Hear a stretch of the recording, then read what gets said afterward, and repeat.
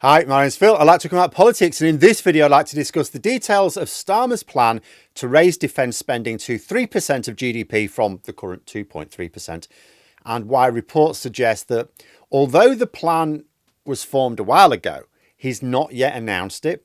But first, for daily political commentary, please hit the subscribe button to stay notified. So, some of you may know that former Tory Deputy Leader Michael Heseltine once said that Boris Johnson was a man who would look to see which way the crowd was going, then run ahead of them and shout, "Follow me." Well, it seems the newspaper is trying the same trick today. Their front page headline was "Starmer under pressure to raise defence spending to 3%. No, Starmer's already got a plan to raise it to 3%, although don't expect it to be overnight. But after the details were reported on it yesterday, the pressure is on him to announce it formally, earlier than he intended. Apparently he has wanted to announce it for some time. There is a bit of a sticking point, purely to the announcement. So what is the plan, and why, given that defence spending is uncharacteristically a top news item, has Starmer not just come out and already announced it, given that the decision has been made a while ago? Well, first thing to do is make sure we know exactly what's been talked about here. We're talking about an increase in the defence budget of billions, tens of billions, in fact. So obviously this plan to raise defence spending to 3% isn't going to suddenly be announced in the budget next month. If it were possible to find that sort of money, Reeves would have already announced it for spending on like something else last October. And of course, Labour are certainly not going to be cutting spending in vital infrastructure needed to grow the economy. We already have enough shackles on economic growth with Brexit, anti-immigration sentiment, the risk of Trump's ham-fisted policies, without continuing to neglect basic infrastructure. So the aim is to ramp up to 3% over quite some time.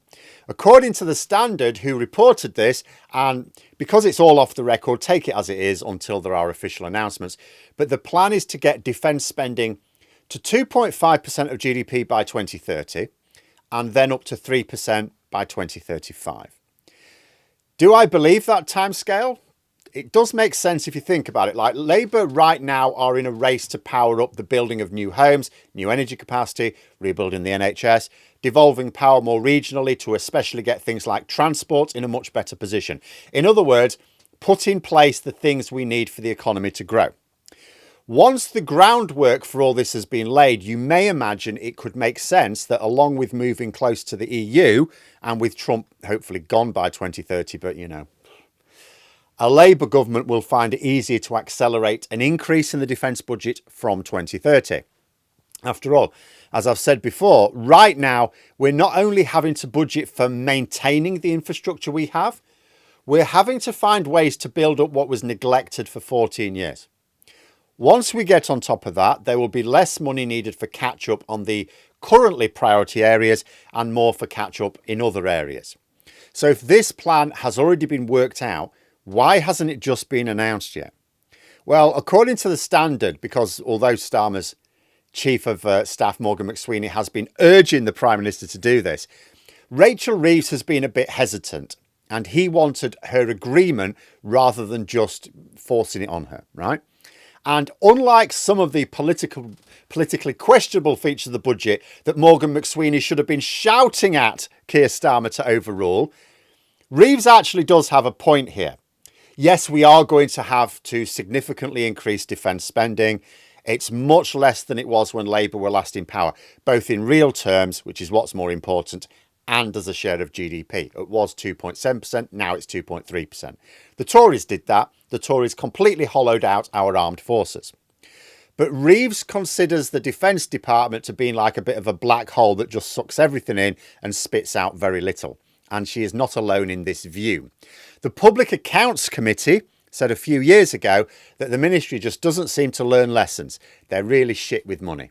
Politicians often talk about waste in government departments, of course, in both opposition and government, do it all the time. So it's a bit like, you know, crying wolf in a sense. But they actually have something to back up the claim where the Ministry of Defence are concerned. Procurement's been a mess for as long as I can remember. You know, I remember various things, buying tanks which don't work in the desert when our land campaigns at the time were primarily in the desert, or when special forces units had to operate deep within enemy territory without proper kit, because the kit that was given to them was too heavy for even elite soldiers to carry around. The Committee of Cross-Party MPs concluded in 2021 that those running our defence programmes had no idea. When asked, they were asked questions and they seemed to have no idea what they were doing with the money or what benefits the public would get from the spending when asked. And rather than get a grip on their finances, the view was taken they would rather just look silly in front of a select committee for a few hours each year, not being able to answer any questions. So Reeves is understandably hesitant to work on a plan to massively increase the budget for people who are as likely to spend it on pizza parties as planes. But the report suggests that Reeves is getting ready to agree to the plan in return for the Treasury controlling defence spending. What the report isn't able to say is how exactly the initial uplift will be paid for. In time, of course, the economy grows in line with Labour's expectations. And as I say, some of that catch-up money isn't as sorely needed. Then, some current budgets could be maintained rather than increased in real terms, leaving more money for defence to start being boosted more in real terms. It has to be pointed out, by the way, in the budget that the Defence Department did get a real terms boost anyway, but just not enough. But if you have to set this out this year, so Starmer, at some point, Starmer and Reeves have to announce what they're going to do, and it has to be this year. The spending review is this year. They've put it back a bit, but it has to be announced this summer. So you have to say exactly how you're going to pay for it. You can't really wave your hand in the air and go, oh, future growth like Liz Truss did. Future growth, that isn't currently being forecast, which leaves you with two basic options. The first is to maintain the position Labour had at the election, to say that defence spending will rise to 2.5% when the economy allows for it. Only this time the policy would be extended to include a date of 2030 and a further rise to 3% by 2035.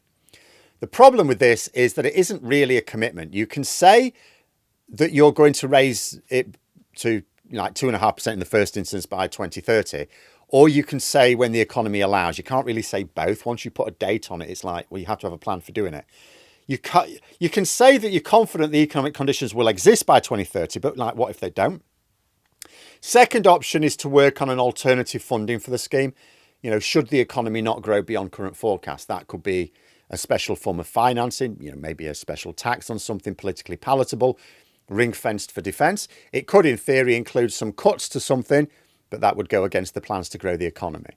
It could even include a pooled European procurement plan whereby European forces buy kit from other European countries rather than America to boost their own security of supplies, because America's been a bit unreliable at the moment, as well as boost our own economies. Main problem with that is announcing it. Trump probably won't like it, will he? After all, percentages of GDP are a bit arbitrary, aren't they? If you need a military to counter Russian aggression, it's cold hard numbers you need, not percentages. 3% of a growing economy buys more troops and kits than 3% of an economy which stays pretty much where it is now over the next 10 years. However, the big question is, will it be enough? In the long term, we need to build up Europe's capabilities on the understanding America is not going to be as reliable as it once was. But in the very short term, this is ultimately about America continuing a level of support until we can build that capability up ourselves. Even Trump accepts that we can't do this overnight. Is a pathetic increase to 2.5% from 2.3% in the next 5 years enough to win Trump over, even if the plan also boosts it to 3% over the following 5? Apparently, yes. The report suggested that Starmer has raised this with Trump's team, as they would, obviously, because there's no point announcing it if it's still not enough for him. And it seems the Americans are happy enough with this. It's suggested that Trump is happy with the fact that there would be a definite plan, plus he gets to claim a win. This is what he largely is about. He gets to claim a win, that he's come in, he's shaken European countries by the scruff of their necks, and they've coughed up more for what is, after all, our own defence.